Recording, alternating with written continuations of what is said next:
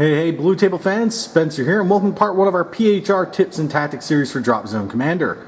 In this video, like the two series that have come before, we'll be discussing the ever so vital dropships available to the PHR of the 27th century. So the PHR have 3 dropships available to them. Well, technically 4 since their light dropship comes in 2 variants. So you have the Triton, which comes in both the A1 and A2 versions. Then further up the scale, you get to the iconic Neptune medium dropship. And finally, you move on to the massive Poseidon heavy dropship. So let's take a look at these sleek and sophisticated machines with the smallest of the litter, the Triton. So the Triton, as mentioned before, comes in 2 variants. The A1, which is designed as an infantry transport, as you can see from its little carrying bay there. And then you have the A2, which is designed to carry the scout walkers, so it has a little underside clip. So stat-wise, the Triton has armor 6, a movement of 20, active countermeasures, 1 damage point. The A1 clocks in at 32 points a model, the A2 at 20 points. They have a wide cohesion, small landing zone, and no special rules. Now, the Triton doesn't come armed with weapons standard, despite the models showing that they do. But you can arm these little bad boys up with some weapons for extra points. You can get them a twin stealth missile battery for 15 points. You can also arm them with a twin RX minigun suite for 3 points. These weapons obviously serve different purposes. The missiles are an anti-armor weapon, while the miniguns are great for blowing apart infantry, unfortunate enough to get caught in their line of fire. The stealth missiles are energy 7, 2 shots, 3+ accuracy, free range of 36, counter range of 12, with a move and fire of 12. Their front arc and have the shape charge special rule. Having shape charge rule makes these very dangerous, and frankly without it I'd almost say they weren't worth taking. Being energy 7, they aren't going to do much against heavy armor like UCM tanks or Shaltari Warstriders, but with shape charge they can damage those targets. Yeah, it means you'll need to get a 6 to do it, but it still gives them a chance to defend themselves against any enemy armor they might run across. And keep in mind, you're getting 2 shots every turn with them, so with some really lucky rolling, you can take down UCM tanks in a single salvo. They are, however, going to work against stuff like light tanks, such as Shaltari Grav tanks like Tomahawk, which are only armor 7 themselves.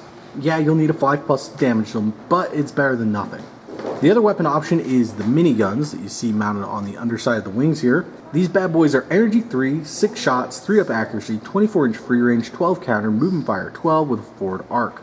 These are anti-infantry all the way, as one might expect, but if any enemies have been firing out of a nearby building, you can now unload 6 shots at them, which can cause quite a bit of damage. The Trojan's main job is getting stuff where it needs to be in a very timely manner, and in that regard it does its job beautifully. It's not as fast as the UCM Raven, but it does have better armor to compensate for it. Be careful with them, and they'll treat you right. Moving up the size scale, we get to perhaps one of the most iconic designs of all Drop Zone Commander, the Neptune Medium Dropship.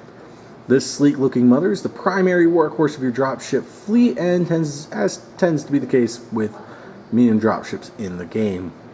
So the Neptune, stat-wise, is armor 6, movement of 16 inches, active countermeasures, 3 damage points, running 45 points a pop with a large landing zone. Now, unlike the Triton, the Neptune comes pre-armed with a stealth missile battery. Stat-wise, it's the same as the Tritons with 2 small exceptions. It's only 1 shot, and the move and fire on a Neptune is only 9 inches. Still, this does mean the Neptune has a 21-inch threat range with its missiles, and they still have the shape charge rule, which gives them some extra punch if you really need it. The Neptune is going to be your primary dropship, carrying a variety of walkers and tanks to the battlefield. You can't carry the biggest and baddest of the PHR walkers, the Hades, but it can still bring 2 of the Type 1 walkers or 2 of the Type 2 walkers to where you need them.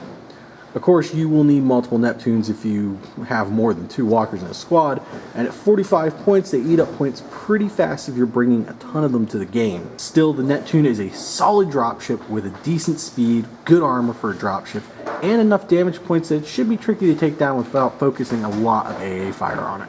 Lastly, in the dropship arsenal that the PHR have is the rather wide and imposing Poseidon heavy dropship. This rather imposing looking machine is rocking armor 6 like the other 2 PHR dropships, has a movement of 12 inches, so it's not very quick and nimble despite all of these engines. It has active countermeasures, a whopping 6 damage points. They cost 81 points a pop, which makes the Poseidon the most expensive heavy dropship over the Shaltari Gate by 5 points. and they sport a large landing zone and no special rules. These things mount an identical stealth missile system to the Neptune, so they still have some means of fighting back if enemy tanks are nearby.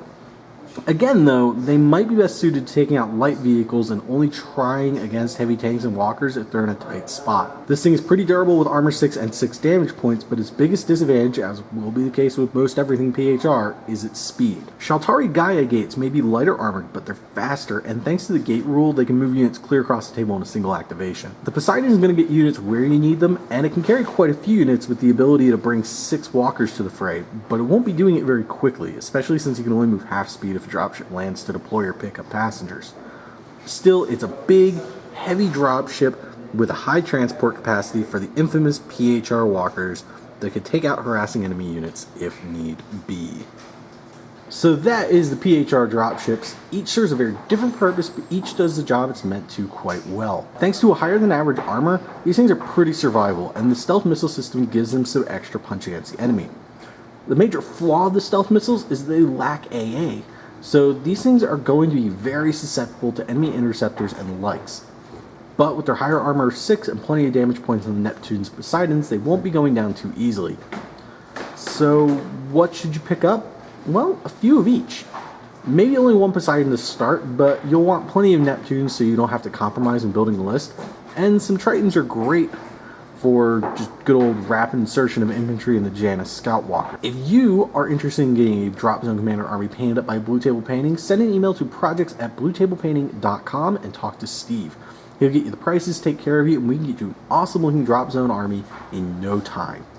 Also, be sure to check out our selection of Drop Zone Commander models at bluetablestore.com, including the pre-built army bundles, which we'll be more than glad to paint up for you. Thanks so much for watching. I hope you've enjoyed this video, and keep it here for part 2, where I'll dive into the first batch of PHR walkers with the Type 1 chassis. Also be sure to check us out on Facebook and Twitter by following the links down below. I'll see you guys in part 2.